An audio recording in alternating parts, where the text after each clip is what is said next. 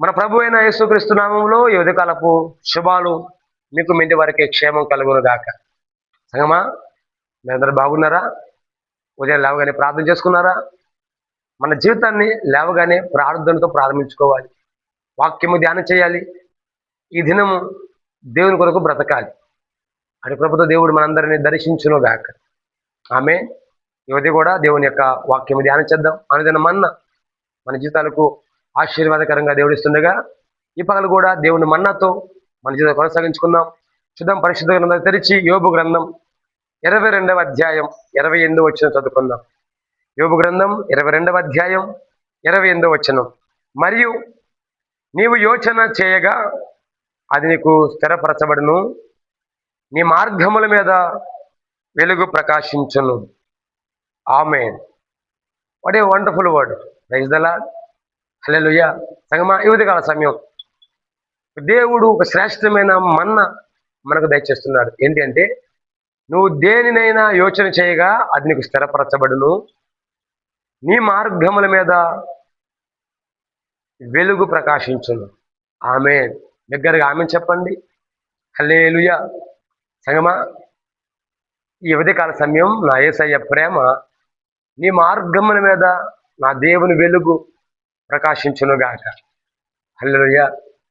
ఎప్పుడైనా ఎన్నడైనా యోచించావా? ఎన్నడైనా ఈ మాటలు గమనించావా? నా ప్రభు పగలంటున్నాడు కదా, నువ్వు చేసే పని, నువ్వు చేసే ఉద్యోగం, నీ చేతి పని, నీ కాలినడక సమస్తాల మీద, నీ మార్గముల మీద దేవుని వెలుగు ప్రకాశించబోతుంది. ఆమేన్. హల్లెలూయా. వెలిగించబడ్డ జీవితాలు మనవి, రక్షించబడ్డ బ్రతుకులు మనవి. మన జీవితాలలో కనబడుతున్న చీకటిని పారదోలడానికి, కనబడుతున్న అంధకారాన్ని గద్దించడానికి దేవుని వెలుగు పగలు మేఘస్తంభమై రాత్రి అగ్నిస్తంభమై నిలిచేది. Praise the lord. హల్లెలూయా. సంగమా, ఈ మాట మీరు గమనించారా?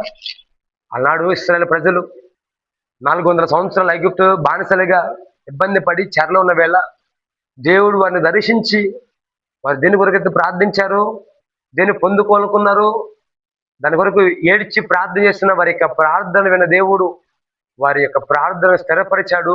వారి మార్గాల మీద తను వెలుగుంచాడు.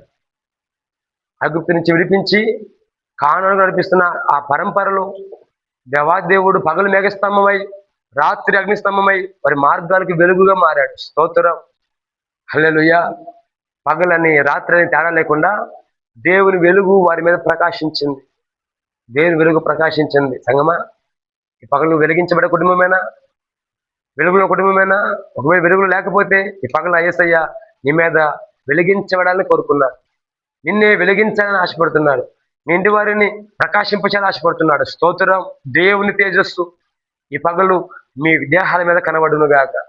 దేవుని వెలుగు ఈ పగలు నీ ఇంటి మీద కనబడును గాక. Praise the lord. హల్లెలూయా. విశ్వాసములు, ప్రార్థనలు, పరిశుద్ధతలు జీవితాన్ని కట్టుకుందాం. జీవితాన్ని పరిశుద్ధపరుచుకుందాం. భక్తుల ముందు కొనసాగుదాం.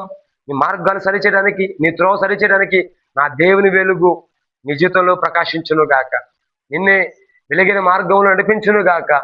చీకటి గల చోట వెలుగు ప్రకాశించి చీకటి అంతా పారగొన్నట్లుగా సంగమా, ఈ ఉదయకాల సమయం నీ దేహములో, నీ ఇంటిలో, నీ జీవితంలో, నీ స్వభావంలో ప్రతి చీకటిని కుక్కడి వేస పెకిలించడానికి నా దేవుని వెలుగు నీ మీద ప్రకాశించును గాక.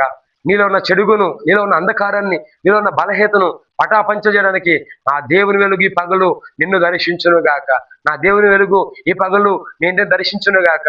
ఇంటిలో, కుటుంబంలో, దేహంలో, పనిలో పాతుకుపోయిన అపవాది చీకటి యేసు నామమున తొలగిపోయినట్లుగా దైవిక వెలుగు మన మీద ప్రకాశించును గాక. హల్లెలూయా. హల్లెలూయా. దేవుని వెలిగిన మార్గాల్లో నీవు నేను నడిపించబడదాం. అటు కృపతో ఈ పగలు మనం అందరము దీవించబడి ఆశీర్వదించబడము గాక. దేవుని వెలుగు ఈ పగలు మన మీద, మన ఇంటి వారి మీద ప్రకాశించును గాక. ఆమేన్. చిన్న ప్రార్థన చేద్దాం. ప్రేమగల తండ్రి, నీకు స్తోత్రాలు.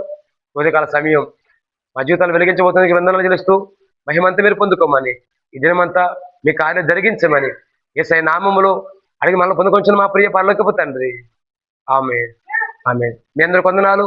నిత్యము దేవుడు శిలువ నుంచి మీ అందరినీ దీవించి ఆశీర్వదించును గాక. దేవుని దీవెన ఈ పగలు మీరు అందరూ పొందుకొని దేవుని రాజ్యానికి వారసులుగా మలచబడును గాక. Mega bless. మెగా బ్లెస్ ఉండాలి.